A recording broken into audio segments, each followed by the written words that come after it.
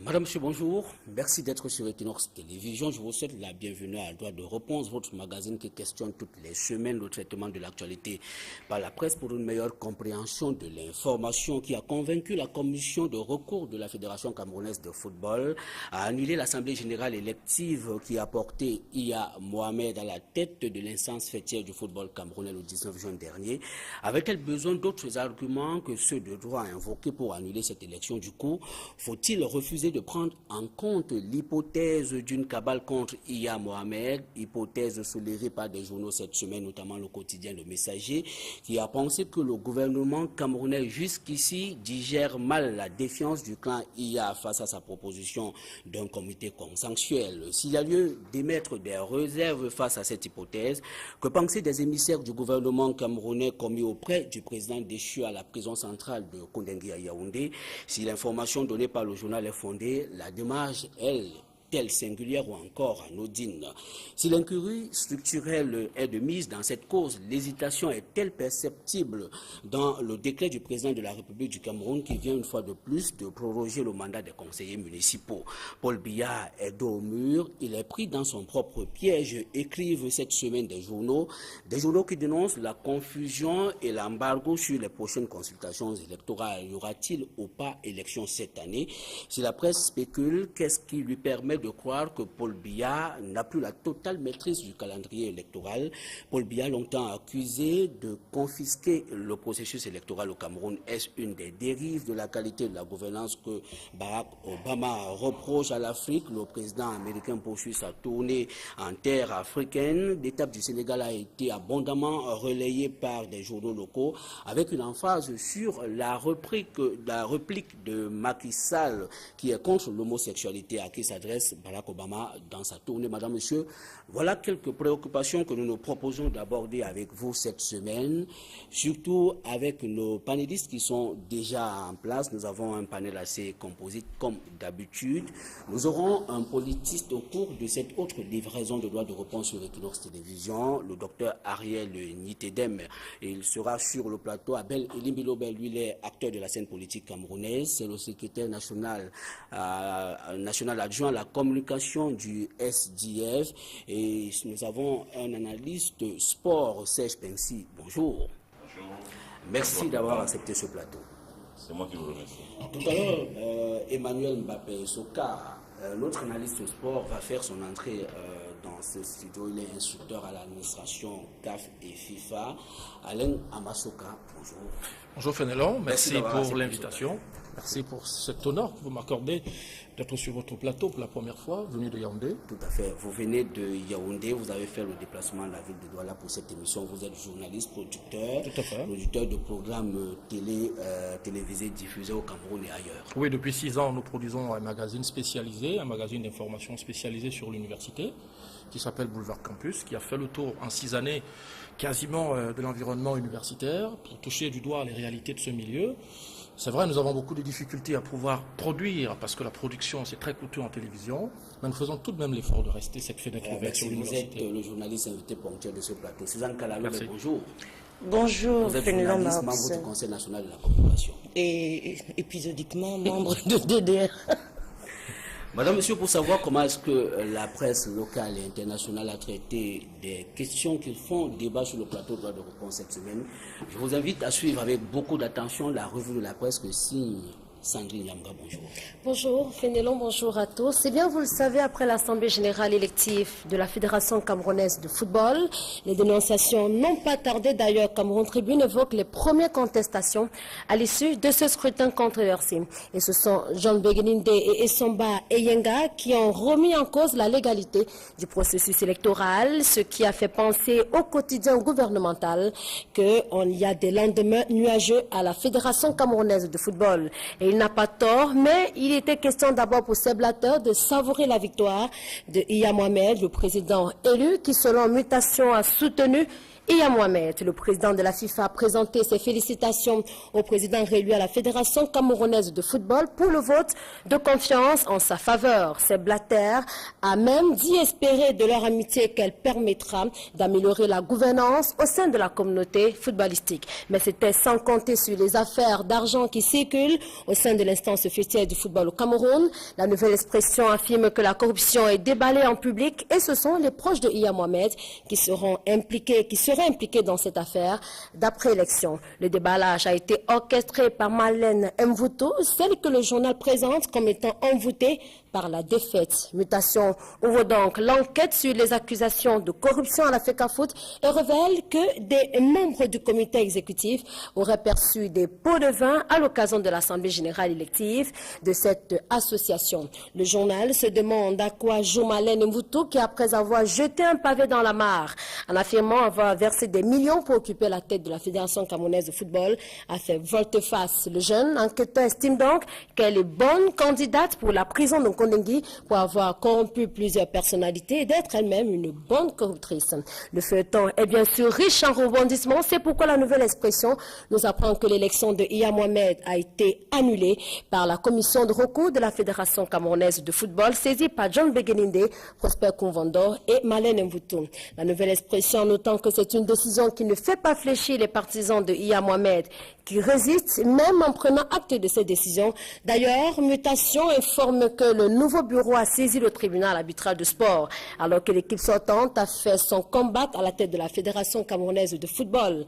Celle qui estime donc qu'elle doit poursuivre son mandat. C'est justement le cas pour les conseils municipaux qui ont vu leur mandat être prorogé, annonce la nouvelle expression. Une rallonge de 3 mois décidée par Paul Biya dans un décret signé cette semaine. Bien qu'estimant que le président de la République est dans la légalité, le journal fait remarquer que les primaires non encore tenues au RDPC pourraient permettre au chef de l'État de procéder à l'ultime prorogation. Le message observe que le mandat des conseils municipaux a encore été prorogé. Le journal pense que Paul Biya pourrait faire organiser les élections municipales et législatives séparément. Toujours dans les colonnes du Messager, la classe politique a réagi à cette rallonge de 3 mois du mandat des conseillers. Il s'offusque notamment du calendrier électoral illisible et maîtrisé seulement par Paul Biya.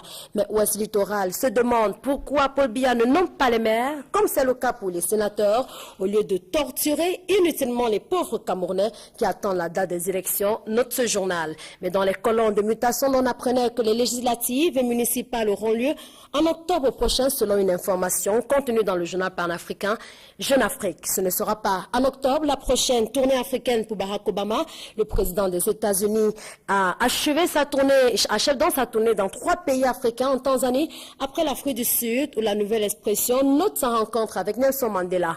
Mais le quotidien Mutation a surtout fait mention de sa visite au Sénégal, un pays perçu comme un modèle de démocratie en Afrique, où Macky Sall, le président, a déclaré « Nous ne dépénaliserons pas l'homosexualité » pour répondre à Barack Obama qui prêchait la liberté à tous les niveaux. Le débat est donc ouvert. Bon dimanche et à dimanche. Merci Sandrine Yamga pour cette abondante revue de presse. Merci d'avoir accepté cet autre rendez-vous, Madame, Monsieur. C'est un feuilleton à rebondissement. Vous comprenez certainement que nous voulons parler en levée de rideau de la Fédération camerounaise de football. Après le vent de corruption dénoncé, c'est la commission de recours avec l'annulation du scrutin du 19 juin dernier. Et même il y a quelques heures, selon des informations, c'est la démission annoncée du premier vice-président de l'instance fêtière du football entrant, Seydou Mbonjaya, qui manifestement ne considère pas la décision de la commission de recours de la FECAFOOT qui a annulé ce scrutin, surtout après que le premier vice-président sortant, John Begeninde, a repris les rênes de l'instance fêtière du football, comme on l'a dit dans la revue de presse. Madame, Monsieur, merci une fois de plus de nous retrouver. A-t-on commandé cette annulation? Le Messager est resté très suspicieux cette semaine. Serge Pensy, lorsque vous avez suivi la revue de la presse tout à l'heure, est-ce que vous avez le sentiment que l'annulation prononcée par la commission de recours de la Fédération camerounaise de football est une décision commandée? Décision commandée par les tests, si je peux le dire. Ah, mais pas commandée par le gouvernement. Non, pas du tout. commandée par les tests, parce que si ce n'était pas commandé, on ne devait pas accepter le recours. La requête de John Begininde, elle est commandée par les tests. Est-ce que les tests ont été respectés? Est-ce que la convocation du corps de l'Assemblée générale élective a été faite en respectant les tests de la FECAFOOT? Donc, ce sont ces questions que le magistrat s'est posé à la commission de recours et il a eu la réponse. Non, les conditions n'ont pas été respectées. C'est pour cela qu'il a annulé cette élection. Pourtant, est-ce que ce n'est pas une décision courageuse et même révolutionnaire? Non, ce n'est pas une décision courageuse et révolutionnaire. Il faut apprendre dans notre pays à servir et ne pas se servir. Le magistrat joue son rôle ici. Il n'est pas partial. Il respecte, il se base sur les tests de la FECAFOOT. Première des choses, on dit dans l'article 29 du fameux code électoral, il y a continuité des services. À partir du moment où le processus électoral n'est pas terminé, tous les organes de la FECAFOOT continuent comme s'il n'y avait rien. Donc l'Assemblée générale est là, le comité exécutif est là, et le comité d'urgence est là, avec ses différents présidents et vice-présidents. Maintenant, quand le docteur Mveng, qui n'est pas ni le premier vice-président, ni le doyen d'âge des vice-présidents, convoque une assemblée, le comité exécutif ou une assemblée générale élective, non, il ne peut pas le faire. Si on nous dit que les 2/3 du comité exécutif ont convoqué, non, il ne peut pas le faire. D'abord, la première des choses qu'il faut faire, c'est d'abord se rendre à l'article 39, constater qu'il y a empêchement ou vacance de la présidence de la FECAFOOT et associer ça à l'article 29 et à l'article 14 du Code électoral. Si on associe ces trois, on se rend compte que c'est John Begininde qui doit convoquer cette assemblée. Emmanuel Mbappé-Souka, merci de nous retrouver sur ce plateau. Lorsque vous avez suivi la revue de la presse tout à l'heure, on a constaté que le quotidien Messager cette semaine est resté très très suspicieux. Est-ce qu'il y a des éléments qui permettent de penser à une thèse de complot contre le clan IA? Oui, d'abord, bonjour à tous les panélistes qui sont là et bonjour à tous les téléspectateurs de Kinos TV. Bon, je crois que Serge a essayé de rentrer dans le même chemin que ceux qui pensent qu'en citant certains articles suffirait pour expliquer certaines choses. Moi, je crois qu'il y a une main mise derrière, je ne saurais dire laquelle, pour forcer les choses que se passent différemment des tests de la fédération. Les tests de la fédération sont ce qu'ils sont au jour d'aujourd'hui. Il est vrai qu'il y a certainement des choses à améliorer, mais que tout le monde comprenne que ces textes sont les textes de la fédération et ne peuvent être améliorés que dans un cadre précis, c'est-à-dire une assemblée générale convoquée à cet effet. Donc aujourd'hui, les textes applicables sont ceux-là. Ce n'est pas au moment des élections qu'on vient les modifier. Il a parlé de l'article 39, qui est clair. C'est un article qui ne concerne que la période de mandat en cours. N'aura rien à voir avec la période électorale. Parce que dans un premier temps, on parle en cas de vacance de la présidence dûment constatée, il y a cette précision, par le comité exécutif, le premier vice-président assure l'intérim. Pour convoquer une assemblée générale extraordinaire de 6 mois. Ça veut dire que si le mandat en cours reste encore plus d'un an, au cas où le mandat reste moins d'1 an, il assure l'intérim jusqu'à la fin du mandat. Donc nous sommes en fin de mandat. Le mandat est terminé, nous sommes en élection. Au moment où on a élection, lui-même président est candidat, le président sortant est candidat, il n'est plus question d'appliquer ces dispositions qui n'est qu'une disposition pour le mandat en cours. Cela veut dire, je vais dire que la commission de recours a mal lu les textes. Non, c'est pas qu'elle a mal lu les textes. C'est que là, ils ont voulu combiner deux dispositions de tests. Pour eux, pour appliquer une disposition de test, il faut absolument les combiner. Mais seulement, je crois qu'il y a des spécialistes de droit qui en parleront. Pour combiner deux tests qui disent presque la même chose, on prend le test qui est le mieux adapté à la situation. Mais seulement, dans cette thèse de la fédération, il y a des dispositions qui prévoient ces cas de figure. Par exemple, l'article 98, qui prévoit qu'en cas de non prévus par les présents tests, des dispositions non prévues par les présents tests, le comité exécutif prend des décisions définitives sur tous les cas non prévus par ces textes de la FECAFOOT. Donc maintenant, quand il dit que pour convoquer une assemblée générale, dans l'article 14 du code électoral, ou même au niveau de l'article 29, il est dit de manière claire, ceux qui peuvent convoquer l'assemblée générale, il est dit, c'est soit le président, soit les 2/3 des membres du comité exécutif, soit la moitié des membres de l'Assemblée générale. Donc, il n'est pas précisé qu'il faut attendre 60 jours, quel que soit le moment où il y a un problème. Je voudrais que les gens le comprennent. Oui. Tout le monde le sait, dans quelque association, dans quelque association que ce soit, où il y a un conseil d'administration, un comité exécutif, quand le comité exécutif, le conseil, a la possibilité de convoquer, en réunissant un pourcentage de membres bien précisé par les tests, il n'a pas besoin de temps de moment. Ça peut être n'importe quel problème, ça peut ne pas être pour les élections. Alors, vous restez convaincu, Emmanuel Mbappé Soka, que l'Assemblée générale a été convoquée comme il se devait. Voilà.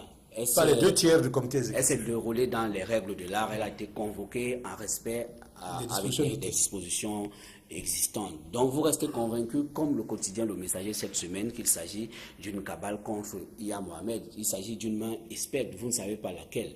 Mais le journal, lui, croit savoir que derrière cette cabale, il y a le gouvernement camerounais. Qu'est-ce que vous pensez de cette lecture, Suzanne Kalalobe? Je pense que tout ça, c'est des faux problèmes. Et que la FECAFOOT, franchement, elle nous ennuie.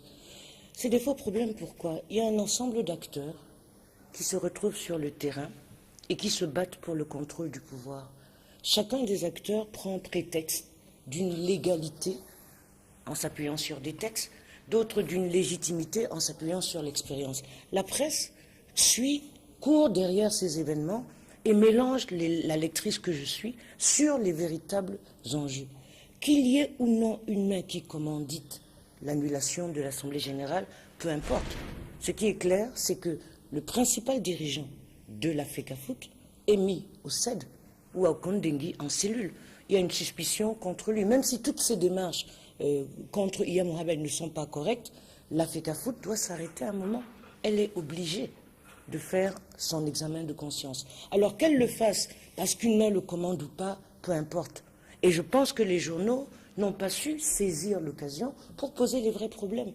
Que ce soit le gouvernement qui est commandité, que ce soit la légitimité, mais il y a un problème. Il y a un problème. Il y a des élections qui se passent, quelqu'un se lève publiquement et dit « j'ai corrompu tout le monde ». Et tout le monde applaudit. Et on en a à se demander si une main a commandité ou pas. Non, Mahout. Je pense que il faut que de temps en temps, on soit vigilant et que de temps en temps, on n'offre pas ce spectacle aussi morbide et complètement terrible de tous ces cadres de la FECAFOOT. S'ils ne se sentent pas ridicules, au moins qu'on les aide à se sentir un peu ridicules. Moi, j'aurais été à la place... D'abord, c'est le genre de sujet que je ne traite pas, et c'est parce que vous m'avez invité que j'en parle, et ça sera mon dernier mot sur ce sujet. Vous voyez que c'est très important d'y revenir. Alain Amasoka, est-ce que vous avez le sentiment, comme le soutient Suzanne Kalalobe, que la presse est restée très superficielle, qu'elle a posé des problèmes de manière conjoncturelle, sans les poser de façon fondamentale? Oui, absolument. Je ne suis pas toujours d'accord avec ma consoeur, mais au moins je confesse que sur ce point-là, je la rejoins totalement pour dire qu'il y a véritablement comme une espèce de déperdition du centre d'intérêt.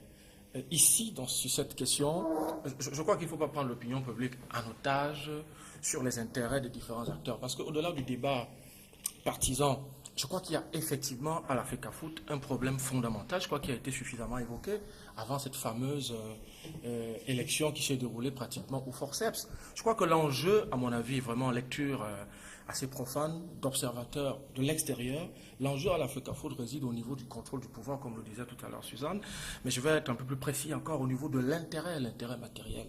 Parce que lorsque vous regardez l'identité et les itinéraires de ceux aujourd'hui qui constituent, n'est-ce pas, ces différentes instances-là, à un moment, vous vous questionnez, n'est-ce pas, sur leur véritable lien avec l'activité pour laquelle ils prennent tous les jours, c'est-à-dire l'activité pour laquelle ils combattent, c'est-à-dire l'activité qu'ils défendent, c'est-à-dire le football.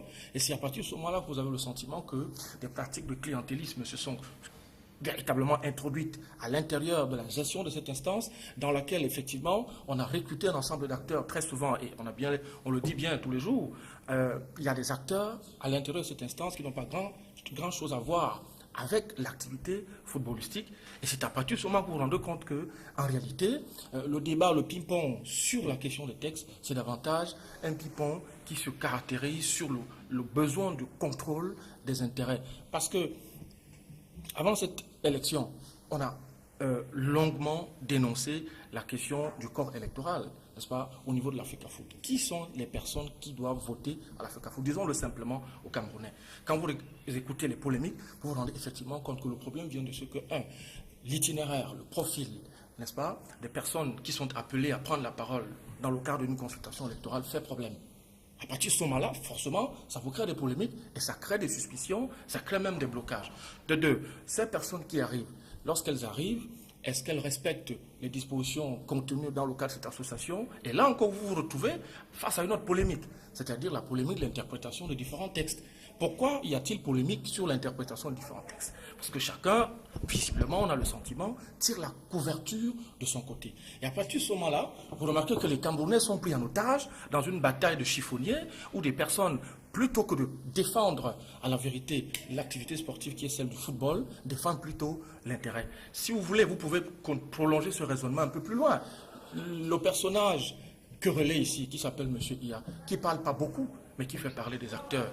Lorsque vous faites le rapprochement des situations, le rapprochement des actions des différents acteurs, vous vous rendez compte qu'il y a comme une espèce de, je vais dire, on parlait de commandité, mais attendez, là aussi, quand vous regardez très bien, vous sentez et la manipulation, vous sentez et la détermination, je veux dire, de ce monsieur à pouvoir utiliser des acteurs qu'il entretient grassement pour pouvoir tenir des thèses. Moi, j'ai dit, il faut se préoccuper sur ce qui est essentiel, le football, les Camerounais et les enjeux de cette activité pour la société. Emmanuel Mbappé et Soka, est-ce que ce sont là les vrais problèmes de la Fédération camerounaise de football? Est-ce qu'aujourd'hui le football n'est-il pas géré par des acteurs qui n'ont rien à voir avec cette affaire? Non, je ne pense pas. Je pense que ce n'est pas des hommes qui n'ont rien à voir avec le milieu. C'est que, malheureusement, je crois que le milieu arrive à forger des gens et les amener à se dérouter. Certains à se dérouter de leur propre objectif. C'est-à-dire s'occuper du football, développer le football. Néanmoins, ça fait donc problème parce que quand il y a des situations où les gens parlent d'argent qu'on distribue par-ci par-là, ça donne une autre image de la réalité du football. Le football est un tout. Ça veut dire qu'il y a la formation, il y a les compétitions autres. Mais je crois qu'il y a problème. La vérité, c'est que tous les acteurs que nous sommes, des camps d'en face ou de gauche ou de droite, nous trompons un peu l'opinion. Nous prenons l'opinion en otage parce qu'en réalité, au lieu de résoudre des vrais problèmes, on attend le moment des élections pour en parler. Ceux qui ont dirigé ou continuent à diriger, parce que ceux qui sont en face de M. Ia aujourd'hui, c'est des gens qui dirigent avec lui depuis 15 ans, depuis l'avènement du comité provisoire. Cela veut dire donc ils sont là. C'est les comptables de la gestion de Ia Mohamed. Ces points sur lesquels ils sont en train de vouloir atteindre tout le monde en haleine aujourd'hui, en dénonçant tel ou tel article, c'est eux qui ont mis ces articles-là, qui devaient peut-être les servir. Mais aujourd'hui, que ces articles doivent les servir, les dénoncent. Mais ils les dénoncent au mauvais moment et ils le savent. Tout ce qui se fait là, nous, entre nous savons que ceci est possible maintenant ou pas. Mais nous arrivons donc à vouloir la sorte que cela soit imposé par des gens. Et même quand on veut être imposé, la chose la plus simple, c'est que ces acteurs-là aident ceux qui veulent les aider. Ça veut dire quoi? Ça veut dire que tu ne vas pas rester à Douala, quelqu'un veut te faire entrer dans un ministère. Il arrive, quand il apporte le ministre, il est en train de dire, bon, mais ton poulain, il est où?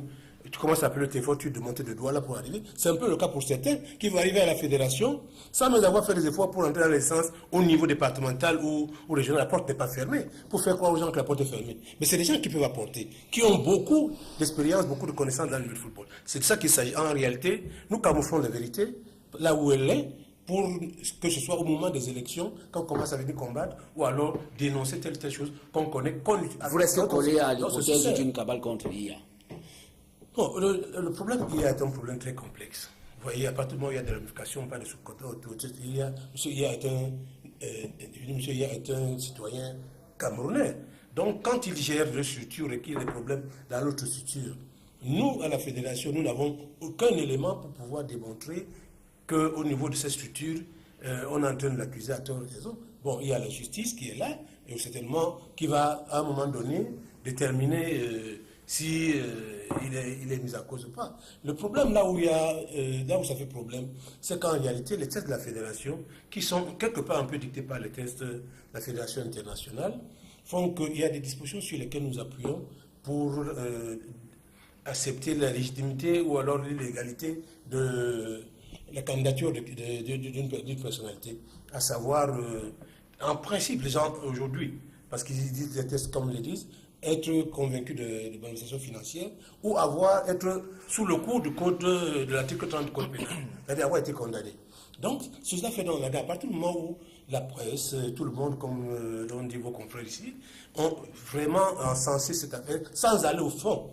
Donc on voit donc aujourd'hui que la FECAFOOT est en train d'aller élire quelqu'un qui n'a pas la preuve. Cette commission qu'on respecte, qui a aujourd'hui annulé les élections, c'est la même commission. Tout le monde apprécie son travail aujourd'hui parce qu'elle a annulé les élections. Mais personne n'a apprécié son travail au moment où cette commission a validé la candidature de M. Iya. Donc c'est de ça qu'il s'agit. Enfin, quoi que vous disiez, je crois que ça ne nous avance pas à grand-chose. Pourquoi? On n'arrête pas de parler de la FECAFOOT en termes de mafia, où les acteurs passent leur temps à régler ou à se régler des comptes. Ce qu'on voit du football, ça fait des années, où l'argent a complètement pourri toute éthique et tout sens de la solidarité ou de l'efficacité. Vous payez maintenant le prix de la vénalité de l'ensemble des acteurs. Maintenant, pour moi, la question, c'est pas de savoir est-ce qu'on a raison d'annuler ou pas, il faut dissoudre la FECAFOOT. Il faut la dissoudre. Il faut peut-être profiter de cette situation de crise pour remettre les compteurs à zéro, texte ou pas texte. Et il faut avoir ce courage révolutionnaire de dire, OK, on a eu des textes, personne n'y croit, quels vont être les nouveaux textes? Ça, c'est la première observation. La seconde observation, c'est que je reviens à notre rôle à nous, les journalistes. Finalement, on rend l'opinion bête. On rend l'opinion bête en l'obligeant à prendre parti pour ou contre Iya Mohamed, alors qu'elle n'a rien à voir là-dedans. Par contre, quels sont les problèmes périphériques qui traduisent la crise actuelle de la FECAFOOT? C'est ça qui est important. Parce que ces problèmes sont aussi des problèmes des Camerounais. Nous sommes tous confrontés à ce que j'appelle au laxisme, à l'absence d'éthique, l'absence de solidarité, à la rigueur. Si la presse pouvait prendre le prétexte de cette pourriture que l'on voit à la FECAFOOT pour poser des problèmes de société, alors elle jouerait son rôle. Mais la plupart des journalistes s'en mêlent les pédales parce qu'ils veulent prendre parti Maroc. Celui qui dit que, oh, pauvre Iya, ouais, non, il faut chasser Iya, etc. Au lieu de sortir de là. Mais est-ce qu'il ne faut pas d'abord peindre les faits? Parce qu'on a vu cette avalanche de dénonciations cette semaine avec Marlène Mvuto, que beaucoup d'observateurs ont qualifié comme une missionnaire pour chercher des preuves afin d'éclabosser l'actuel bureau de la FECAFOOT. Donc, le mandat vient d'être annulé. On peut peindre les faits et refuser de tomber dans la manipulation. Qu'est-ce que je veux dire par là? Dire qu'il y a crise à la FECAFOOT, il y a des contestations, à mon avis, c'est très très bien. Mais entrer dans le feuilleton totalement rocambolesque et ubuesque de cette, comment vous l'appelez, Marlène Mvuto, le fait qu'elle agrippe Batamak, etc., à mon avis, c'est se laisser manipuler par justement ces deux camps-là. Mais est-ce que ce ne sont pas les faits? Est-ce que dans le travail que nous faisons, nous disons tout? Nous ne disons pas tout nécessairement. Quelle est l'importance de dire tout cela? Parce qu'il faut savoir quel est l'essentiel. Dans notre métier, il y a la hiérarchisation de l'information. Il y a le choix de ce que l'on veut et les angles. C'est pour cela qu'on parle du traitement de l'information. Justement. Alors pourquoi est-ce que nous choisissons de traiter l'information que de façon minimaliste, grossière, vulgaire et totalement ubuesque? C'est un choix. On peut parfaitement choisir de ne pas montrer les, comment vous appelez ça, les turpitudes de cette Marlène Mvuto. Parce que ça ne l'honore pas, ça n'honore pas les femmes, ça n'honore pas non plus les Cameroun. Et qui plus est, ces trucs ubuesques-là, ça n'apporte rien à la résolution du problème qui est posé par l'annulation au nom de la FECAFOOT. Ça, c'est quand même des arguments pour voir si on pourra un jour ou l'autre dissoudre toute la FECAFOOT. Ça peut être... La situation est en phase de pourriture en pourriture. Mais ça peut être des arguments totalement spécieux et qu'on fasse de la presse de caniveau. C'est-à-dire montrer les scandales, le scandale. À un moment donné, il y a eu ce débat au niveau de la presse. Est-ce que nous sommes là pour rouler dans la boue avec les protagonistes ou de temps en temps nous sommes là pour questionner la société à partir d'un fait? C'est une question. Oui, je voulais simplement faire remarquer que je comprends la préoccupation de Suzanne, mais il faut quand même revenir sur les fondamentaux de notre profession pour dire, par exemple, à titre de rappel, que les éléments qui ont trait au scandale, au sang et bien d'autres intéressent au sexe. Enfin, j'étais pudique. Heureusement que vous m'avez révélé et dévoilé. Très bien. Donc, je veux dire que sur cette question-là, il est difficile de pouvoir mettre le journaliste devant un procès. Parce que forcément, la question de la relation de fait, elle est fondamentale dans l'exercice de la profession d'un journaliste. Maintenant, et tout cela, je veux dire que ça dépend d'un ensemble de paramètres que vous et moi nous savons, les questions de l'éditorial, les questions d'angle, les questions de traitement.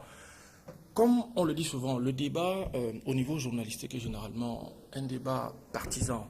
Choisir de traiter une information est partisan. Tout à fait. Donc maintenant, il faut que ça s'abreuve. Arrêter un angle. Arrêter un angle, c'est partisan. Je peux concéder cela à des confrères ou à des consoeurs. Le problème de fond, maintenant, au-delà de la relation des faits, c'est la dimension de la signification. Les informations qu'on met à la disposition du public, quelle est la signification qu'on leur donne? Et c'est à partir de ce moment-là, je crois qu'il faut commencer, et à ce niveau, je peux peut-être comprendre la préoccupation de Suzanne, c'est à ce niveau-là qu'il faut peut-être déclencher l'élément de la suspicion. Parce que c'est à ce niveau-là que se déroule effectivement, je veux dire, le phénomène de la manipulation. C'est-à-dire qu'il faut que la presse, dans le prolongement de la relation des faits, soit capable de faire une mise en relief d'un ensemble de d'éléments que suscitent justement ces faits-là qui sont sacrés. Pour revenir sur le débat lui-même, je pense que le débat sur la FECAFOOT, peut-être que j'ai fait un premier jet tout à l'heure qui peut avoir des allures émotives, je vais être un peu plus sérieux maintenant. Oh, en disant que... Pas trop sérieux quand même, parce qu'on est un dimanche midi.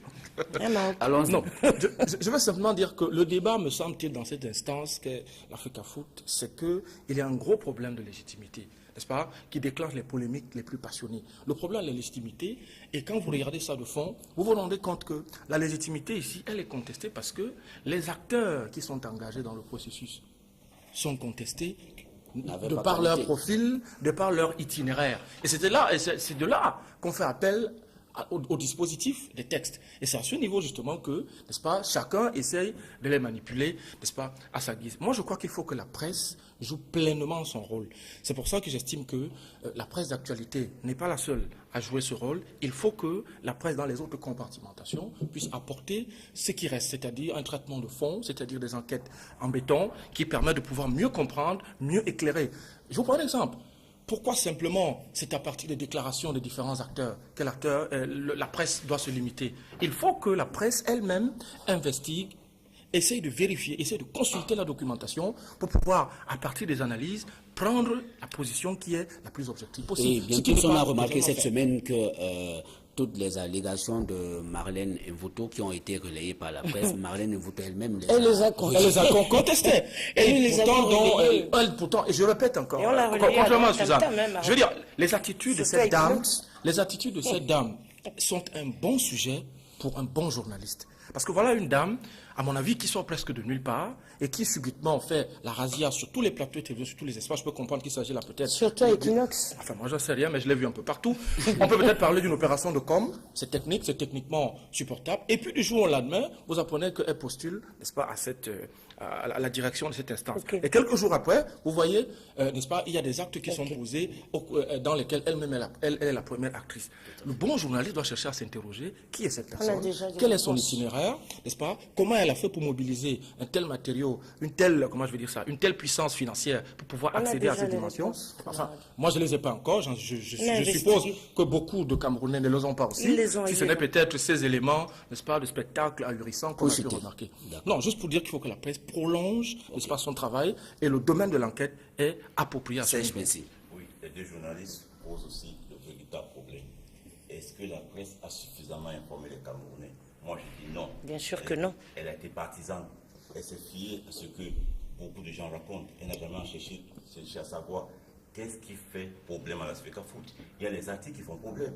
Quand vous allez en 2004 à la FIFA dire nous allons modifier ça et ça et ça et ça, et vous revenez au Cameroun et vous sortez un statut spécial des ligues décentralisées, qui a toute la tricherie que vous aviez avant, que la FIFA a éliminée, qui a toute cette tricherie. Quand vous avez des ligues décentralisées où les administrateurs de la FECAFOOT sont plus nombreux que les clubs. Prenez la ville de Yabassi, le département du CAM. Il y a peut-être 6 à 7 clubs, mais il y a 15 administrateurs. Vous allez aux élections 2, 3, 10 siècles, vous n'allez jamais gagner contre ces gens. Imaginez-vous le JICAM aujourd'hui, le JICAM, avec des administrateurs, pas des PDG et tout ça là, dans le conseil du JICAM. Est-ce qu'ils pourront trouver des solutions pour les sociétés? Non. Ce sont des gens qui gèrent ces sociétés, qui doivent être dans l'administration du JICAM. C'est ce qu'on demande aujourd'hui, que les gens les acteurs du football, soient à la gestion du football. Et monsieur, il a mis un réseau sur pied, de telle façon que vous ne pouvez jamais, même si vous êtes Jésus, vous ne gagnerez jamais contre lui.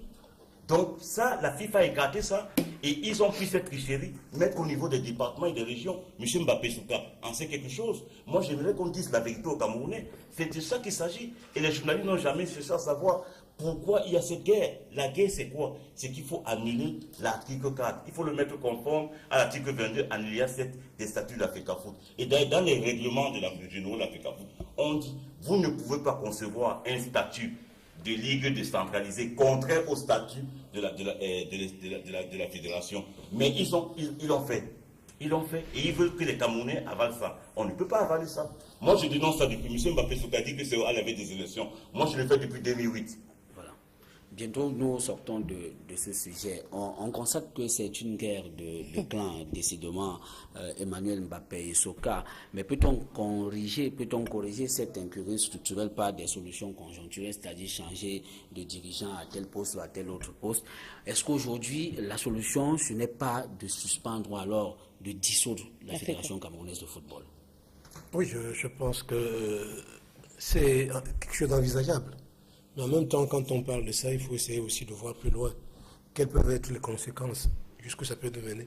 Il faut que quand quelqu'un prend une décision, et qu'il sache que, bon, je prends cette décision pour le suspendre, mais je peux le prendre dans 2 ans, 3 ans, le temps de reformer les choses.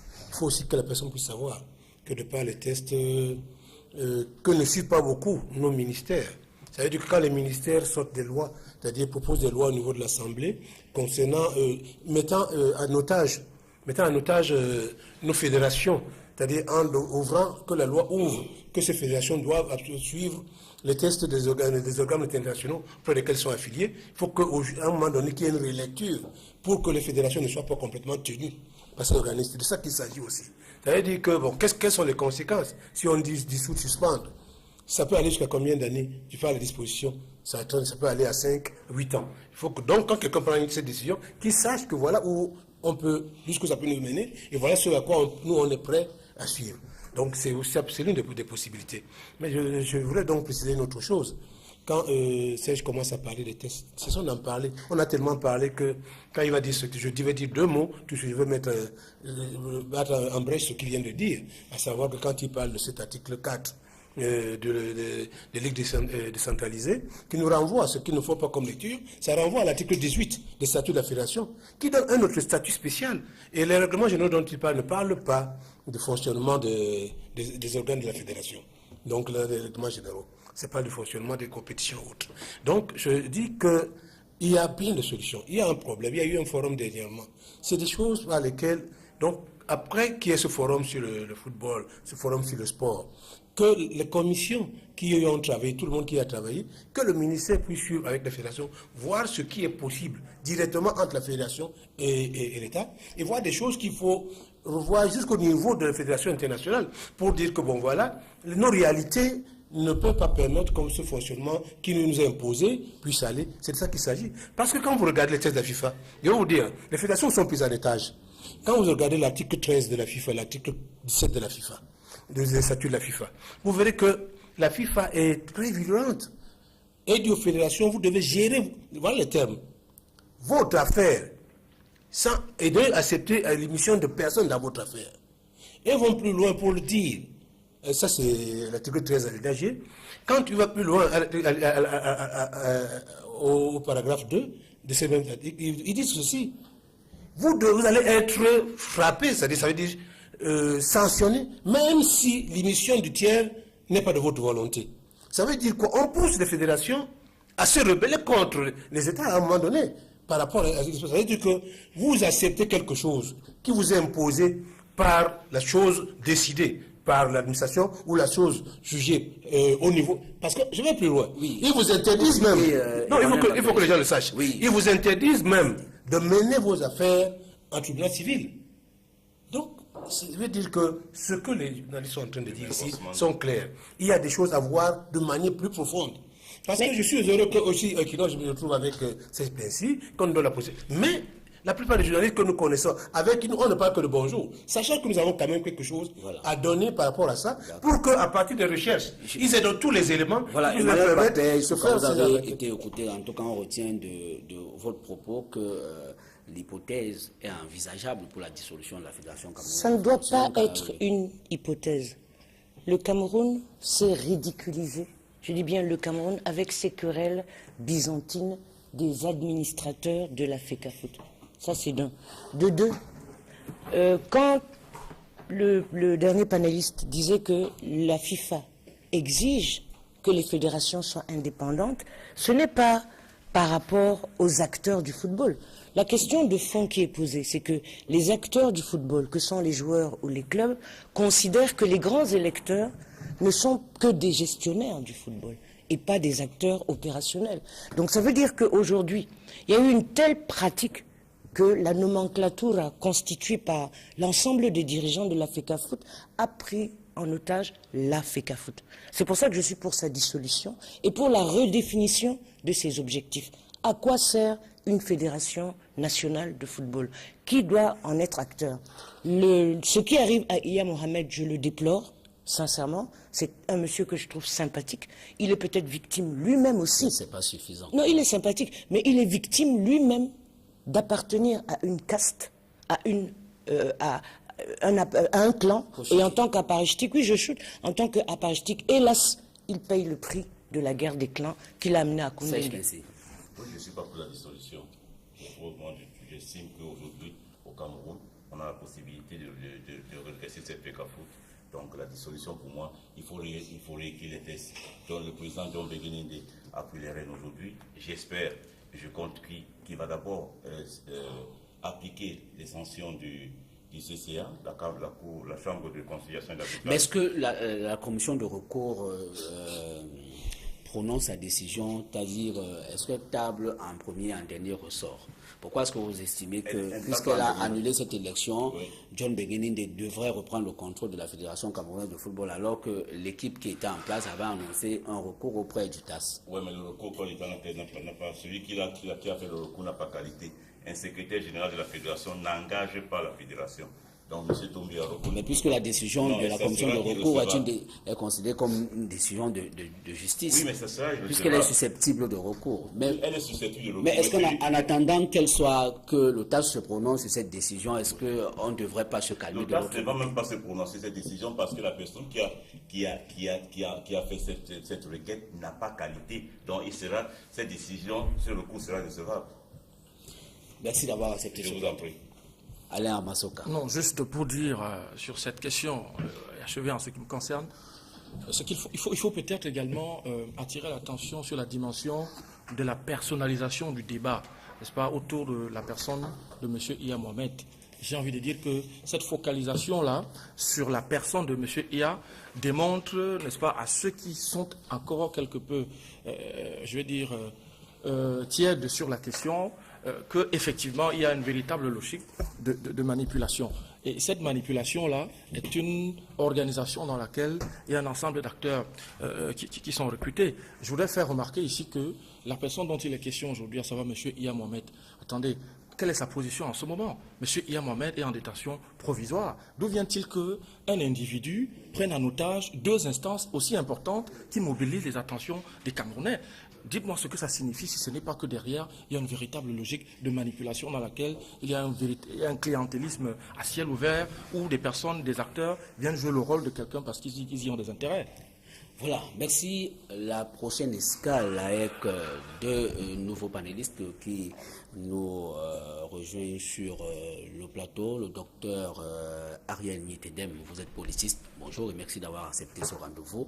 Abel Elimbi Lobert, vous êtes secrétaire national adjoint à la communication du SDF. Merci également d'avoir accepté ce rendez-vous. On a noté cette semaine, c'est une actualité qui a fait également les choux gras de la presse locale, le décret du chef de l'État avec cette disposition qui mange le décret chef de l'État qui proroge désormais une fois de plus le mandat des conseillers municipaux avec cette disposition qui mentionne que l'élection pourrait se tenir dans le temps imparti à la rallonge qui est de 3 mois. Et la presse a soulevé a émis un certain nombre de réserves. Abel Elimbi Lobert, est-ce que cela sonne comme une hésitation? C'est le quotidien Le Messager qui le pense, que le président Biya n'a plus la totale maîtrise du calendrier électoral. Est-ce que vous y voyez une hésitation? Le président de la République a une parfaite maîtrise du calendrier électoral, sauf qu'il le maîtrise à sa volonté et au nom de ses intérêts. Il n'y a rien d'extraordinaire dans ce qui se passe. Ce qui se passe nous est familier. Il a des intérêts occultes, inavoués, qu'il n'appartient pas à tous les Camerounais de savoir, et pour lesquels il organise le calendrier électoral. Sauf que pour nous, nous savons que ces intérêts renvoient à ce qui est bon pour son parti, parce que son parti va compétir. Lui-même ne sera pas candidat aux élections ni législatives ni municipales. Donc, il s'agit d'un calendrier qui ne le concerne pas directement en tant que candidat. Mais ce calendrier le concerne en tant que chef de parti politique. Raison pour laquelle il instrumentalise ça. Et ce n'est pas aujourd'hui que nous parlons de ça. C'est un très vieux débat dans ce pays depuis l'avènement du multipartisme, où nous avons demandé, et tout le monde se rend bien compte que notre demande était fondée, que le calendrier électoral cesse d'être entre les mains d'un candidat, d'un partisan, d'un parti politique, et que ça cesse d'être une donnée qui rentre dans la stratégie électorale des uns sans être dans la stratégie électorale des autres. Donc, je pense que les Camerounais ne découvrent rien de nouveau. Par contre, ils ont la preuve tangible que le jeu politique dans notre pays n'est pas sain et qu'il manque là-dedans un consensus. Docteur Ariel Nikedem, est-ce que vous y voyez beaucoup de confusion telle que l'a dénoncé cette semaine la presse dans cet acte du chef de l'État? Pas exactement. Je dois dire qu'à la sortie des élections présidentielles 2011, tous les acteurs politiques se sont accordés sur le fait que notre fichier électoral avait un problème. Et on s'est dit qu'il fallait passer la biométrie. Alors, c'était une décision qui a été, on va dire, beaucoup adhéré à cette décision. Et pour cela, il fallait revoir le calendrier électoral. Et le chef d'État, qui est responsable, n'est-ce pas, de la décision sur le calendrier électoral, a pris ses responsabilités.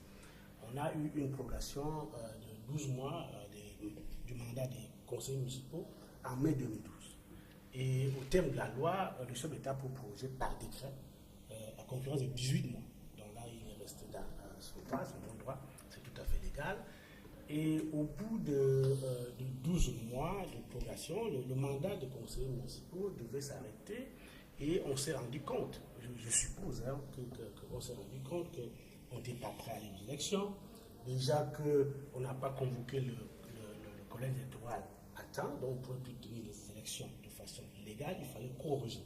Il y a cette prolongation de 3 mois. Je dois dire, pour être d'accord avec M. Limbi Lobé, que le chef d'État a ici une responsabilité. D'abord, il est chef d'État, mais il est en même temps président d'un parti. Et il a à cœur, n'est-ce pas, les intérêts du pays d'abord et ensuite de son parti. Et c'est pour cela qu'on voit un peu comme s'il jouait aux équilibristes. Parce que, tel que c'est fait, on est parti pour avoir quand même des élections. On peut toujours avoir des élections couplées. Élections législatives, élections municipales. C'est possible. Quand? Ce sera autour d'octobre. Si vous regardez bien. Parce que, lisez bien l'article 15 de la Constitution qui permet au chef d'État de prolonger le mandat des députés ou des parlementaires. Vous avez le sentiment qu'on est à ce jour-ci à la dernière prorogation? Tout à fait. Si tout se passe bien, ce serait la dernière prorogation. Parce et que cette prorogation a été faite. La loi lui accorde la prérogative d'aller au-delà, mais pour une période qui n'excède pas 18 mois. Tout à fait. Donc ce que je disais, c'est ceci, c'est qu'au vu de la prorogation des deux dernières, la dernière prorogation du mandat des parlementaires ou des députés, cette prorogation pour lequel le mandat député, au terme de cette prorogation, s'achève le 21 juillet.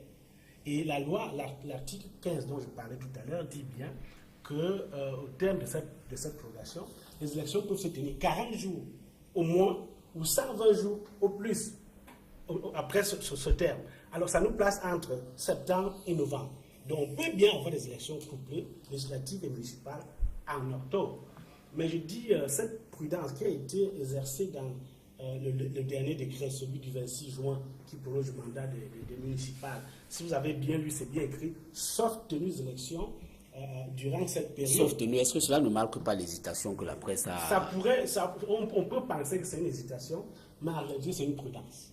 C'est Suzanne Kayalobert. Le docteur Ariel Nitedem a mentionné tout à l'heure un certain nombre d'éléments qui auraient commandé une fois de plus la prorogation du mandat des conseillers municipaux, mais on a noté dans la presse cette semaine encore des réserves. Le quotidien, le Messager, lui, il a pensé que c'est un défaut de financement pour organiser cette élection. Est-ce que c'est une hypothèse à prendre en compte? Je crois que sur cette question-là, on voit véritablement quelles sont les lacunes de la presse et les difficultés qu'elle a à mettre en perspective une situation sans qu'elle ne prenne position en éditorialisant. C'est-à-dire que je suis pour que chaque presse ait sa ligne éditoriale, mais je pense que pour bien comprendre, je dirais faire de l'information politique, il faut comprendre le système dans lequel on est sans parti pris. C'est aux partis politiques de prendre parti et aux éditorialistes. Et du coup, si la presse ne remet pas en perspective l'information, par exemple la prorogation, elle est obligée de faire des spéculations, d'imaginer des raisons ou des causes. Mais si par contre elle était froide, en se disant, bon, c'est quoi le système politique de Biya? Quels sont les acteurs en présence? Qu'est-ce qui fait bouger les lignes? Le mouvement social, le décret présidentiel, à ce moment-là, elle ne s'autoriserait pas des hypothèses un peu farfelues comme manque d'argent, pas manque d'argent. Et à ce propos, je voudrais dire à Elimbi que, bon, il peut toujours dire que Paul Biya, il est comme il est, c'est de bonne guerre. Mais moi, je crois que les acteurs de l'opposition n'ont pas mesuré les incidences de leur propre pression sur le système électoral. Ce sont les acteurs de l'opposition qui ont tiré la sonnette d'alarme en disant on manipule pas la biométrie, on manipule les élections à partir de 3 pôles. Premier pôle, le corps électoral. Deuxième pôle, le découpage électoral. Troisième pôle, le calendrier électoral. Quand vous faites de la science politique, on vous apprend ça. Le SDF a demandé qu'on revisite le corps électoral de toutes les façons, de manière à l'assainir et qu'il y ait une bonne identification. Mais il ne s'est pas posé la question des incidences de cette reconstruction du corps électoral sur le plan temporel. Ça va durer combien et qu'est-ce que ça va provoquer? Ce faisant, il a oublié lui-même de redéfinir sa stratégie, de la réajuster, puisqu'on travaille sur du réel. Ce n'est plus l'idéologie, là. On est en politique. Si le SDF demande qu'on refasse, il doit se poser la question, qu'est-ce que ça va avoir comme conséquence? Et sur le calendrier électoral, et sur la maîtrise. Et par conséquent, se dire, moi, voilà comment j'ajuste ma stratégie. Or, qu'est-ce qu'ils font? Ils passent leur temps sur le plateau. Quand Elimbi Lebe a fini de déchirer Paul Biya, ils s'en vont dormir au quartier. Et ensuite, ils reviennent encore sur les plateaux. Et entre-temps, ils ne créent pas le rapport de force suffisant. Je ne parle pas de violence, hein, la mobilisation des gens pour que justement Biya ne soit pas le seul. Dans lequel vous ne militez pas. Non, je parle d'un parti politique que j'observe. Et je sais qu'un parti politique ne doit pas seulement faire les plateaux de télévision. Il doit changer le rapport de force en sa faveur pour ne pas passer son temps à se plaindre en disant que l'adversaire se joue de lui. Allez, Amasouka. Oui, je partage ce développement de Suzanne. Ça, alors, aujourd'hui, je suis béni, hein. Oui. Enfin, malheureusement, comment je veux dire ça, la pureté scientifique m'oblige, n'est-ce pas, à partager des propos qui me semblent être assez pertinents. Effectivement, c'est une lecture qui me semble assez réaliste. Il y a dans le jeu politique au Cameroun comme une espèce de, comment je vais dire ça, de déperdition encore des énergies. Le vrai problème de fond, c'est de maîtriser effectivement le système politique au Cameroun. Moi, je dis pour moi, cette sortie des différents acteurs sur la prorogation du mandat des conseillers municipaux, pour moi, je considère que c'est une véritable fuite à l'avant. C'est un non-débat, c'est un non-sens. Pour la simple raison que, à mon sens, en tant que citoyen camerounais, même si on venait organiser une élection municipale aujourd'hui, je n'ai pas le sentiment que cette tendance, je veux dire que la configuration politique changerait fondamentalement. Parce que le vrai débat de fond, aujourd'hui en politique, c'est lequel? C'est le débat de la légitimité des acteurs politiques. C'est-à-dire que, est-ce que, je veux dire, les bases politiques, est-ce que l'électorat politique se reconnaît véritablement à travers les différents acteurs politiques qui sont présentés aujourd'hui? Suzanne a raison estimé qu'il y a un peu plus de politique sur les plateaux de télévision que sur le terrain. Et je crois que c'est à ce niveau-là, véritablement, qu'il faut poser les vrais problèmes de fond. Les Camerounais ont-ils besoin de quoi aujourd'hui? Est-ce que les acteurs politiques qui sont supposés pouvoir porter leur parole, n'est-ce pas, sur l'échiquier politique national sont suffisamment représentatifs? Quels sont les comportements de ces acteurs-là au quotidien, à travers leurs itinéraires, par exemple? Vous remarquez bien qu'il y a beaucoup de concussions, beaucoup de trahisons et beaucoup de frustrations que ces acteurs ont réussi à transporter pendant des décennies durant. De sorte qu'aujourd'hui, une grande majorité des Camerounais, c'est pour cela que nous avons le problème de la désaffection au niveau de l'électorat. Pourquoi cette désaffection? C'est parce que les Camerounais sont dans une situation de frustration quotidienne et assez prolongée qui fait en sorte que la question de la politique aujourd'hui ne les intéresse pas. Et à partir de ce moment-là, vraiment, que M. Biya convoque aujourd'hui quelques élections que ce soit en face avec des acteurs qui ne prennent pas la pleine mesure du jeu et des enjeux de la situation du système politique, je crois qu'on se retrouvera en train de faire des remarques. Voilà, Abel Elimé-Lobé, en réagissant aux propos de ceux qui vous ont précédé tout à l'heure, est-ce que face à cette provocation, vous vous dites que c'est une énième forfaiture, comme l'a signalé votre ministre de l'Information et des Médias, ou alors elle était inévitable, comme l'a indiqué le premier vice-président du SDF? Mais je voudrais d'abord dire que je suis surpris par... On a condamné la presse tout à l'heure en disant elle ne va pas dans le forfait de la spéculation. Et j'entends toute une rhétorique purement spéculatoire, où des gens qui ne sont pas dans un parti politique, qu'on ne voit dans aucune réunion, qui sont des journalistes qui ne couvrent aucun événement politique, sont assis sur des plateaux de télévision en train de démontrer comment les partis politiques ne mobilisent pas. Comme si pour mobiliser, on doit venir les appeler, que venez nous voir comment on est en train de mobiliser. Bon, je trouve que c'est la liberté d'expression doublée de la liberté de, peut-être de médire même, en quelque sorte, les partis politiques. Puisque certains acteurs sont, a priori, se nourrissent de cet exercice qui consiste à vilipender les partis politiques. Mais je veux dire ici et maintenant que la prorogation du mandat des conseillers municipaux laisse le SDF à 0 degré. Vraiment à 0 degré. Ça n'a aucune incidence dans le fonctionnement des partis politiques. Les élections législatives et municipales étaient attendues au plus tard le 22 juillet 2012. Messieurs, c'est en 2012 qu'on attendait les élections. Est-ce que la loi n'autorise pas au président de la République de pouvoir... Les lois les plus bidons du monde ont existé, ont autorisé toutes sortes de bêtises. Mais pourquoi voulez-vous empêcher à quelqu'un de jouer de ses prérogatives? Mais je ne vois pas le problème à ce niveau. Je vous en prie, Alain Massoka. Il ne s'agit pas d'empêcher à quelqu'un de jouir de ses prérogatives. Il s'agit de constater que la jouissance de ces prérogatives va à l'encontre des intérêts nationaux. C'est vous qui le dites. Oui, mais bien sûr.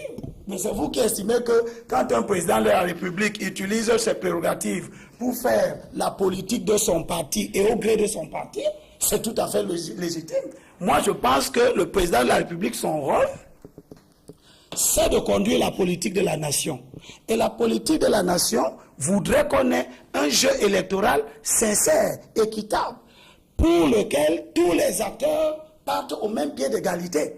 Quand vous avez un jeu électoral dans lequel un acteur est lui-même celui qui fixe la date des élections, ça veut donc dire que lui, il peut s'organiser en conséquence quand les autres ne peuvent pas s'organiser parce qu'un parti politique ne vit pas à plein temps sous la date des élections. Donc ce discours que j'entends me surprend. Ce que je dois faire savoir aux uns et aux autres, c'est que pour le SDF, nous avons des preuves de plus en plus tangibles de la malgouvernance. C'est tout. Vous allez dans n'importe quelle grande démocratie, on ne manipule pas le calendrier électoral. Il s'impose à tout le monde. Ce n'est d'ailleurs pas le président de la République en France qui fixe la date des élections. Nous sommes dans un système où un candidat fixe la date des élections. Qui veut me faire croire que dans un pays normal, un candidat peut fixer la date des élections? Alors, mais pour vous, donc, la loi est mauvaise. Mais il n'y a pas que la loi. Il n'y a pas que la loi. L'esprit, la pratique, la culture de gouvernement à laquelle nous devons faire face dans le cas actuel, il est établi qu'elle est mauvaise. Maintenant, on dit aux gens que oui, c'est la démobilisation, c'est du fait que de ci ou de ça. Si les gens sont démobilisés au Cameroun, encore que je ne sais pas pourquoi on pense qu'ils sont démobilisés, Si les gens paraissent démobilisés, c'est bien parce qu'ils ont affaire à un jeu politique qu'ils ne comprennent pas. Personne ne sait aujourd'hui pourquoi le président de la République a prorogé le mandat. C'est pourquoi on condamne la presse de faire de la spéculation. Mais c'était au président de la République de dire « je proroge encore le mandat en raison de ceci ». Nous avons affaire à un président de la République qui ne rend compte à personne. Je ne sais pas si ça plaît à Suzanne et à monsieur qui est à ma gauche, mais moi, en tant que républicain, si je lis un président de la République, c'est pour qu'il me dise pourquoi il fait les choses. Alors cela veut dire que cette prorogation vous fait certainement une... Nous sommes parfaitement préparés à attendre les élections législatives et municipales, qu'elles viennent dans 1000 ans. Attendez-les simplement, dans ce cas. Disons tout simplement que c'est regrettable, mais il faut reconnaître une chose. Celui qui tient le calendrier électoral peut l'utiliser pour, je vais dire, pour réguler... Même pour biaiser le jeu démocratique. Pour réguler le jeu démocratique, et il peut réguler... en fait, il doit réguler le jeu démocratique. Il peut réguler le jeu démocratique avec le calendrier électoral. Je suis désolé, le jeu démocratique, n'appartient pas à un individu, il appartient à une nation. J'en viens, monsieur Elimbi. Je dois dire ceci. Je dois dire qu'on arrive là avec une situation où on a des personnes qui ont été élues, dont la légitimité a pris fin depuis 1 an. Ça, il faut le reconnaître. C'est très important de reconnaître. C'est grave. C'est grave, je suis d'accord avec toi. Je suis d'accord avec vous que c'est grave. Parce que si les conseillers municipaux sont encore en poste, ils agissent en toute légalité, c'est vrai. À cause de ces décrets, ils agissent en toute légalité. Mais ils n'ont plus la légitimité que le peuple les a confiée. Dites donc à votre avis qu'il ne suffit pas que les choses soient légales. La légitimité ne se décrète pas. La légitimité, on l'obtient devant le peuple. Merci depuis beaucoup. 1 an, ils ne sont plus légitimes. Et ça pose un problème pour ce qui est la qualité de notre démocratie. Et l'alternance à la tête des institutions est un indicateur majeur de la qualité de la démocratie. Alors, il y a des gens qui ont été élus pour 5 ans à la tête des institutions. Et depuis 12 mois, ils ne devraient plus être. On ne sait pas s'ils devaient être là. Alors, avec les décrets, on a enlevé, n'est-ce pas, la souveraineté du peuple. Parce que c'est le peuple qui devait décider, au bout de 5 ans, de qui reste, d'autoriser ceux qui ont bien fait de rester et de sanctionner ceux qui ont mal fait et d'amener le nouveau à venir. Donc avec ces prorogations qui se répètent, ça fausse quelque part le jeu démocratique. Et ça fait en sorte... Il y a des gens qui attendent de rentrer dans le jeu depuis, ils sont sur le banc de touche, ils attendent de rentrer et ils ne peuvent pas entrer, que ce soit au sein du RDPC, que ce soit au sein de l'opposition. Il y a beaucoup de Camerounais qui attendent d'aller aux affaires, qui ne peuvent pas y aller depuis 1 an. Et ça dure. Et en le faisant, on risque de pousser le peuple à bout. Ça, il faut le dire tout simplement. On risque de pousser le peuple à bout. Donc ce serait bien pour la démocratie et pour la gouvernance qu'on arrive à se discipliner. Oui, tout à fait, je suis d'accord. Qu'on soit plus discipliné et qu'on arrive à arrêter ces prorogations à répétition. Voilà, vous sommez le chef de l'État. Je voudrais revenir sur le fond et les arguments un peu confus que développe Elimbi Lobé, qui font qu'il a la sympathie naturelle du public parce qu'il manipule des concepts de façon restrictive. Elimbi Lobé semble vouloir faire croire aux gens que le jeu politique est un jeu naïf, où il y a un maître du jeu qui est gentil et qui laisse la place à tout le monde. Il voudrait faire croire au peuple que la démocratie, avec un grand D, existe de manière absolue et que les règles et les lois ne sont pas conditionnées par la confrontation des forces sociales et leur contrôle du champ politique. Quand Elimbi Lobé pense que, puisqu'on n'assiste pas aux réunions des partis politiques, on ne sait pas comment ils fonctionnent, ni même ce qu'ils font, je voudrais lui rappeler que si aujourd'hui, le SDF continue à se plaindre que Paul Biya est maître du jeu, c'est parce que le SDF n'a pas gagné sur le terrain le contrôle de l'espace politique pour imposer à son adversaire... Vous trompez, ce ne sont pas ses missions. S'il vous plaît, vous permettez? Je ne vous permets pas de dire... S'il vous plaît.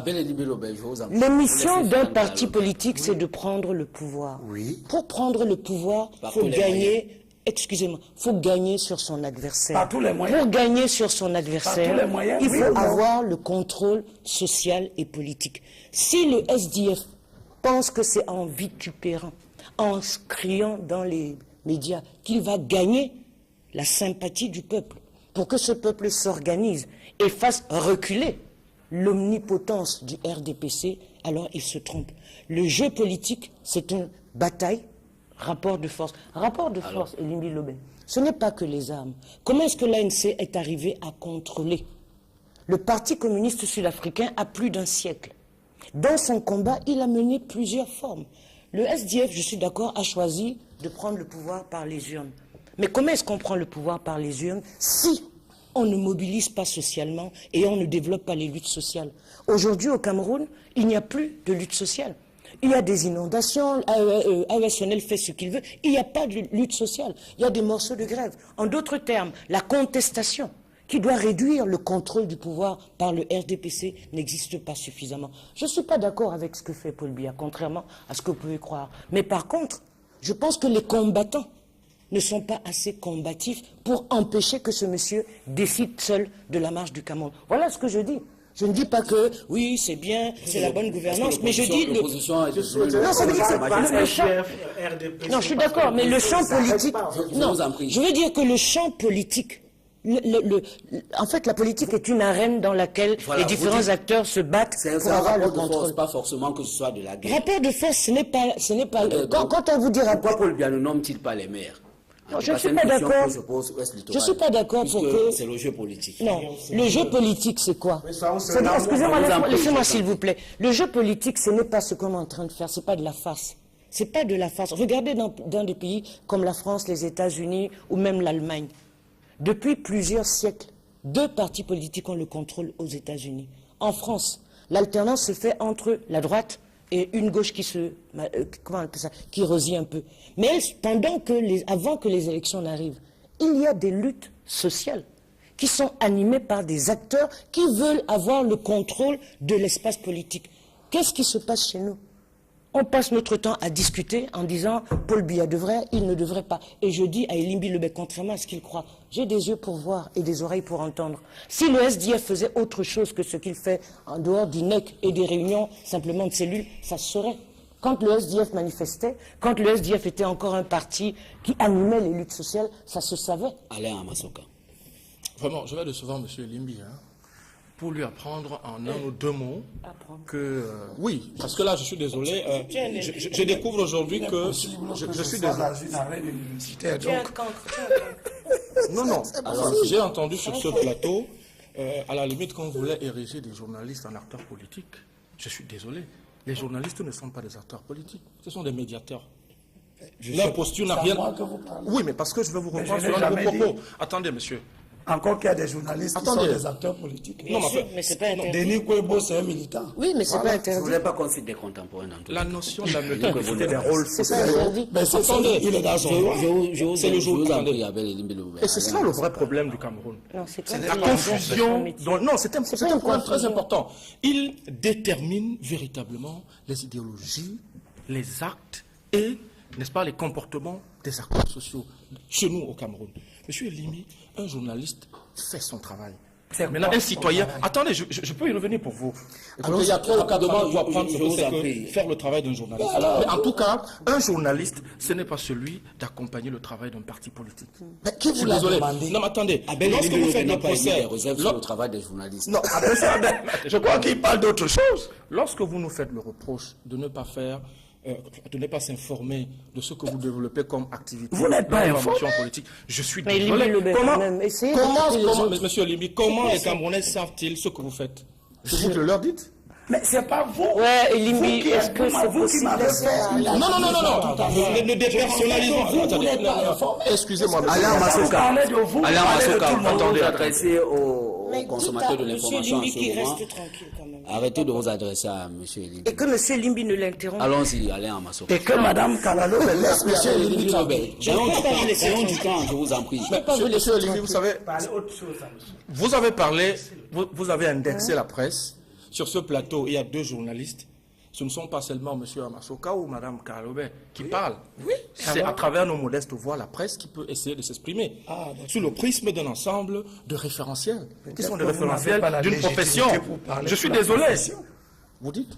Attendez, ne faites pas un débat entre vous. Je voulais simplement arrêter de parler à M. Abel Elimbelo. Je voulais juste rappeler que la presse est là pour faire son travail. Il faut éviter la confusion entre la politique et la presse, même si la presse est un acteur qui accompagne le travail de la politique. Moi, je crois qu'il y a un problème de fond que je ne vais pas arrêter de continuer de marteler. C'est qu'au jour d'aujourd'hui, la vraie question de la politique au Cameroun, c'est la question de la désaffection populaire. Cette désaffection est liée au fait d'un ensemble de frustrations qui ont été nourries pendant au moins 2 décennies à travers les acteurs politiques. Ce n'est pas simplement la question du SDF. Au Cameroun, il y a pratiquement 400 partis politiques. La question n'est pas sur un seul parti politique. Je vous ai invité tout à l'heure à interroger les itinéraires de ces acteurs politiques pour bien comprendre que pendant que certains de ces acteurs politiques ont émergé dans une ascension politique qui est quelque peu que certaines personnes attribuent à une certaine conclusion, les Camerounais, eux, ils y ont vu une certaine trahison. C'est à partir de ce moment-là que je dis que le vrai problème de fond reste à ce niveau. Parce que le problème des Camerounais, ce n'est pas tant, je veux dire, les déclarations pompeuses ou fracassantes des acteurs politiques sur les plateaux de télévision, c'est l'amélioration quotidienne des problèmes des Camerounais. Ce qui n'est pas fait au jour d'aujourd'hui. Ce n'est pas fait simplement parce qu'on a le sentiment que ces acteurs-là utilisent la surenchère, non pas pour régler les problèmes de fond, simplement. Je crois que l'information participe à l'amélioration des conditions de vie d'une population. Je ne sais pas s'il existe une population au monde qui peut se prévaloir de bien vivre avec une sous-information. Donc moi je considère que les journalistes et les médias d'une manière générale ont une bonne raison de s'intéresser de la vie politique. Au demeurant, je dis à monsieur que ce n'est pas les partis politiques qui demandent à être invités. On les invite parce qu'on estime qu'il est nécessaire qu'ils rendent compte de leurs opinions, de leurs points de vue et de leurs activités. Ceci dit, je rappelle à Mme Kalaloube que le rôle du SDF, quand il est de prendre le pouvoir par voie d'élection, il est prioritairement de mettre en place, qu'il soit au pouvoir ou qu'il ne soit pas au pouvoir, les conditions d'une organisation institutionnelle normale. Une organisation institutionnelle normale est une organisation neutre, qui échappe ou qui résiste à toute manipulation, à toute instrumentalisation. Quand vous me dites que vous me faites une grande théorie de sciences politiques sur les rapports de force et patati et patata, je ne sais pas si ceux qui nous écoutent comprennent quelque chose à tout cela, mais je constate que vous vous efforcez à introduire dans l'esprit qu'il est légitime que celui qui est au pouvoir manipule les institutions. Je dis non. Vous avez dit ici tout à l'heure, avec beaucoup d'emphase, que M. Iya est arrivé à la FECAFOOT et il a mis en place un système qui est tel que même dans un siècle, on ne pourra pas l'enlever. Pourquoi? Parce qu'il a manipulé les textes de la FECAFOOT. Et le combat que le SDF mène et qu'il est en voie de gagner, et je me réjouis qu'il gagne ce combat en faisant l'économie des pertes en biens et en vies humaines, que vos sacrées dites luttes sociales que vous prenez, mais pour lesquelles on ne vous a jamais vu en train de lutter, auraient créé, c'est que le SDF est parvenu à faire évoluer la question, par exemple, du code électoral sans qu'il ait mis les gens dans la rue. Le SDF est parvenu à obtenir l'évolution du fichier électoral. Aujourd'hui, tout le monde parle de la biométrie. Tout le monde semble être content qu'il y ait eu refonte du fichier électoral. Mais ce sont les gains de l'action du SDF. L'action d'un parti politique ne devient une action liée au réchauffement du fonds social que lorsqu'il y a un ostracisme en face. Lorsque vous avez des acteurs politiques en face qui refusent de comprendre, on peut comprendre qu'on soit amené à les forcer de comprendre par la mobilisation populaire dans la rue. Parce que le SDF ne voudrait pas assumer le fait que toutes ces réformes aient des conséquences de manière temporelle sur les élections. Mais si vous constatez que les supposées réformes ont des conséquences, c'est bien parce qu'elles ne sont pas consensuelles. Quand le président Foundi évoque l'urgence d'un consensus institutionnel, c'est pour éviter que la révision, en quoi est-ce que la refonte du calendrier électoral, qui est une revendication qui date de 98, C'est en 98, lorsque le SDF entre à l'Assemblée nationale pour la première fois, qu'il demande dans le cadre de la proposition de loi qui est faite pour la commission, la création d'une commission électorale indépendante, la refonte du fichier électoral. C'est le SDF qui a dit que cela se fasse en 2013. Si ça s'est fait en 2013, c'est bien parce que la personne au sein de l'État qui est à même de mettre en chantier cette réforme, a décidé d'instrumentaliser ça. Okay. Et puis, dans ce processus d'instrumentalisation, le président s'est embrouillé les pédales. Aujourd'hui, il se retrouve dans une situation où il a organisé les élections sénatoriales. Personne n'a jamais compris pourquoi il a tenu à le faire avec des conseillers municipaux illégitimes. Et on se réjouit ici qu'on ait un Sénat qui est mis en place. Parce que les conseillers municipaux n'ont pas pu être renouvelés à temps. Ils auraient dû l'être en 2012, ils ne l'ont pas été. Je termine en disant tout simplement que tous ceux qui s'efforcent de blanchir tout ce que tous les Camerounais voient comme étant opaque et noir sont peine perdue. Ok. Oui, ce que je voudrais dire très rapidement, c'est que le rôle d'un parti d'opposition ne s'arrête pas aux élections. En réalité, après les élections, il faut bien que le parti d'opposition continue à jouer son rôle, c'est-à-dire de s'assurer que le parti qui a gagné les élections puisse gérer, puisse mettre en œuvre son programme, son projet de société, n'est-ce pas, dans le cadre des lois républicaines. Donc c'est tout à fait normal que les partis d'opposition interpellent. Ce n'est pas notre rôle. Ce n'est pas à nous de veiller à ce que celui qui a gagné fasse ce qu'il a promis. Je dis ceci, peut-être que vous ne le savez pas, mais le rôle d'un parti... Sauf si c'est une théorie. Je dis ceci, ne s'arrête pas aux élections. En fait, quand vous avez placé un élu du peuple à la tête d'une institution, que ce soit à la tête d'une mairie, l'exécutif municipal, ou à la tête d'un pays, ou les parlementaires, il est question de continuer cette action et de s'assurer que les lois de la République sont respectées. Et de s'assurer surtout que les choses sont faites en sorte qu'on respecte, n'est-ce pas, que le mandat soit respecté et que demain il y ait cette alternance.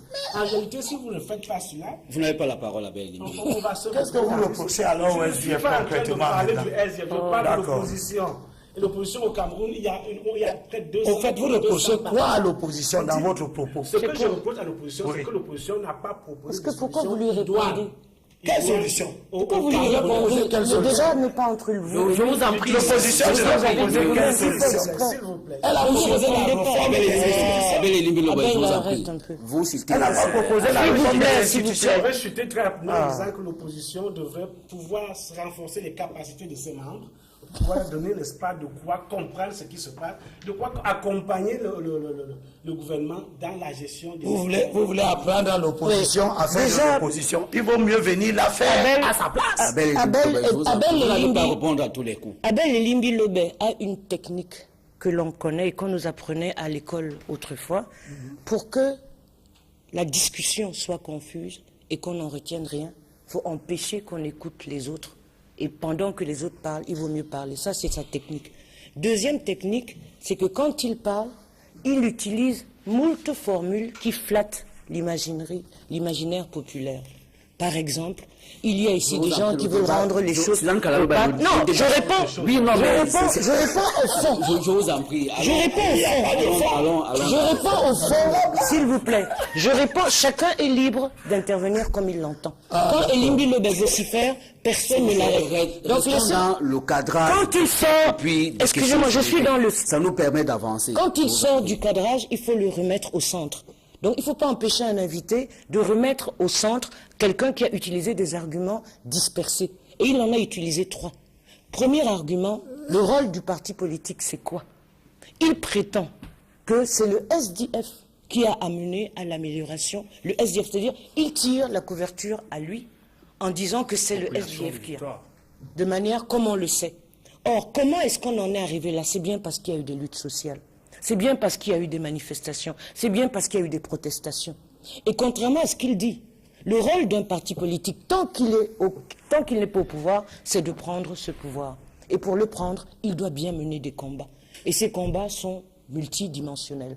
Or, je constate qu'aujourd'hui, et ça, l'opposition tout entière a démissionné du combat social pour s'enfermer dans une fonction essentiellement tribunicienne.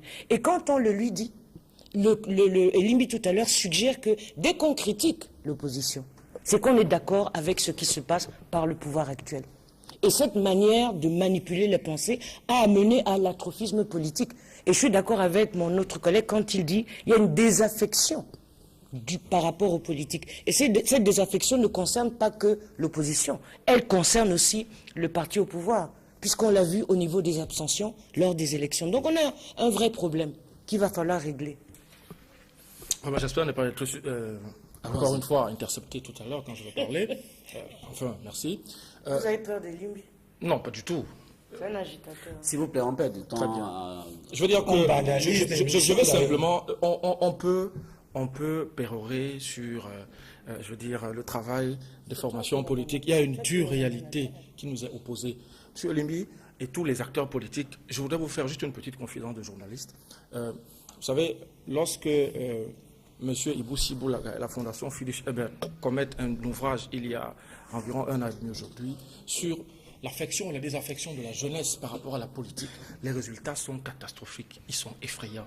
Cet indicateur, cela indique quelque chose que les formations politiques doivent pouvoir s'approprier, rendu au jour d'aujourd'hui. C'est pour ça que j'ai dit au début de mon propos que la question, vraiment, sur les pérégrinations sur les textes, sur les prorogations, ainsi de suite, le problème fondamental reste sur le terrain politique. Je vous prends un cas très simple, une fenêtre que je voudrais ouvrir, c'est celle de la jeunesse. La jeunesse qui constitue aujourd'hui un vivier électoral assez important du point de vue statistique. Moi, j'ai fait une émission spéciale sur les jeunes et la politique dans le cadre des campus. Et je peux vous dire que très peu de jeunes étudiants aujourd'hui reconnaissent les acteurs politiques, même les plus anciens. De deux, ces jeunes-là refusent complètement de s'identifier par rapport à ce qui est fait depuis 2 décennies. C'est pour ça que je parlais de désaffection. Voilà, pour dire que voilà les vrais chantiers qu'il faut absolument... Nous sommes sur l'incertitude au pas du calendrier électoral. Je voudrais refermer ce plateau pour vous donner l'occasion de réagir très rapidement sur cette dernière escale, la visite de Barack Obama, le président américain en terre africaine. On a noté que cette actualité n'a pas beaucoup fait les choux de la presse, c'était le principe du mort kilométrique, mais quelques journaux qui en ont parlé sont revenus sur l'étape du Sénégal, surtout la mise en exergue de cette réplique de Macky Sall, le président sénégalais. Nous ne dépénaliserons pas l'homosexualité. C'est tout à l'honneur de Macky Sall d'avoir dit cela, parce qu'en le faisant, il met en avant notre culture, il met en avant la position de beaucoup de pays africains. Et j'ai été particulièrement content d'entendre cela de lui et qu'il le dise, n'est-ce pas, sans embâche devant Obama. Il a dépouillé de toute enveloppe diplomatique. Je dois dire par rapport à la visite d'Obama qu'il ne vient pas en Afrique en tant qu'un fils d'Afrique. Il vient comme président des États-Unis. Et je dois dire tout de suite que ce qui motive cette visite, c'est l'économie, c'est les affaires. Il n'y a qu'à voir le nombre d'hommes d'affaires qui l'accompagnent. Il vient en Afrique parce qu'il s'est rendu compte, après l'échec de l'AGOA, il faut se rappeler AGOA, que les Chinois, les Brésiliens, les Turcs ont pris de l'avance sur ce continent, qui est le continent de l'avenir. Si vous vous rappelez bien, pendant qu'en Europe, le taux de croissance économique ne dépasse pas 1%, en Afrique, on est autour de 5% en moyenne. Il y a des pays qui dépassent largement les 5%, qui sont proches des 2 On pourrait même se poser cette question que beaucoup d'observateurs se posent à l'occasion de cette visite. À qui s'adresse Barack Obama dans cette visite en terre africaine? Il s'adresse à un public assez varié. D'abord aux institutionnels, parce que je crois savoir qu'il a reçu les présidents des cours suprêmes d'un certain nombre de pays. Et ces cours suprêmes-là ont été choisis très certainement pour leur exemplarité en termes d'indépendance par rapport au pouvoir exécutif de leur pays. Vous voulez dire que le Cameroun n'y était pas. Voilà. Et ça, très important que nous notions ici au Cameroun, que le Cameroun n'était ni dans la trajectoire d'Obama, ni dans cette invitation qui, une fois de plus, s'inscrit dans le cadre de son discours au Ghana, où il a rappelé la nécessité d'avoir des institutions fortes. Et pour faire la transition avec, ou bien la liaison avec ce que nous avons fait au préalable comme travail ici, les institutions fortes sont lesquelles? C'est celles qui sont au-dessus de tout le monde, c'est-à-dire celles que personne ne manipule. Voilà l'essentiel pour moi sur le plan politique, en dehors de l'aspect économique, où, une fois de plus, le discours qu'il a tenu, je crois, en Afrique du Sud, à l'université de Soweto, Tout à fait. il a précisé très bien, où il a fait entendre que les hommes d'affaires américains ne prêtent pas ou ne donnent pas de l'argent en fonction des desiderata du gouvernement. Et qu'il s'agit aux pays africains de définir les conditions nécessaires pour que les hommes des investisseurs américains puissent venir dans nos pays travailler. C'est très important que cela soit dit. Il a par ailleurs mentionné que l'Afrique ne doit pas être la pupille des autres nations. Il a dit hier en Afrique du Sud. Tout à fait. Oui, enfin, je crois qu'il ne faut pas qu'on fasse preuve d'angélisme. Hein. Ce n'est pas le voyage d'un chef d'État, quel qu'il soit, qui va changer et sa politique internationale et sa politique étrangère. Je pense que c'est une visite qui tient peut-être de la symbolique, mais cette symbolique peut ne pas être exactement ce que l'on pense.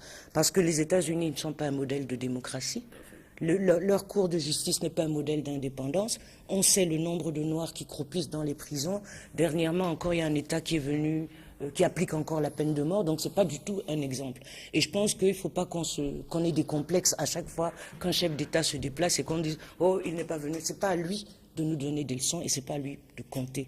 Maintenant, pour terminer, pour la façon dont on a maltraité finalement de ce voyage, c'est parce qu'on est encore, on traite la politique internationale des autres sous le prisme de la naïveté et d'un certain angélisme. Obama, c'est le président des États-Unis.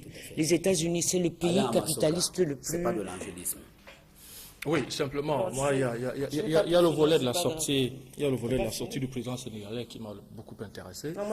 Excusez-moi, juste une minute. Par contre, que monsieur mon voisin ne se fasse pas d'illusions, que Macky Sall dise qu'il ne dépénalisera pas l'homosexualité, c'est qu'il se voile les yeux. Parce que les homosexuels au Sénégal existent bel et bien, ils sont là, ils vivent normalement. Et ça existe depuis longtemps. Et c'est à ce niveau que moi je vais rétorquer à Suzanne qu'il y a des voleurs qui existent partout. Il y a, je veux dire que les dérives et les déviances existent dans toutes les sociétés et que l'affirmation culturelle d'une société ne dépend pas des déclarations ou du bon vouloir de quelques acteurs, fussent-ils ceux qui se déclarent au sein d'une élite qui est manipulée parce qu'il y a des intérêts, de gros intérêts, n'est-ce pas, pour lesquels ils sont recrutés. Je dis, les sociétés doivent respecter leur authenticité et je crois que c'est cela. C'est exactement, s'il vous plaît, Suzanne, vous avez été à Yaoundé dans un, je crois, dans une conférence où vous avez fait. Je vous ai appris Suzanne Kalalo. La question n'est pas qu'elle existe ou pas. La question n'est pas qu'elle existe ou pas, la question est que les sociétés africaines n'en veulent pas. Et c'est de cela la question. Donc je veux dire que les sociétés africaines n'en veulent pas, de par leur culture, de par leurs institutions, de par leurs lois. C'est ça qu'il faut retenir. Et même les agents qui sont recrutés dans nos sociétés en Afrique pour vulgariser, pour défendre cette cause-là, il faut qu'ils sachent absolument. Merci à vous, messieurs, d'avoir accepté ce plateau. Merci, M. d'avoir été des nôtres. Madame, monsieur, merci de nous avoir suivis. Nous sommes arrivés au thème de cette autre livraison droit de reprendre sur Equinox Télévision cette semaine. Restez connectés sur les programmes de la chaîne. Au revoir.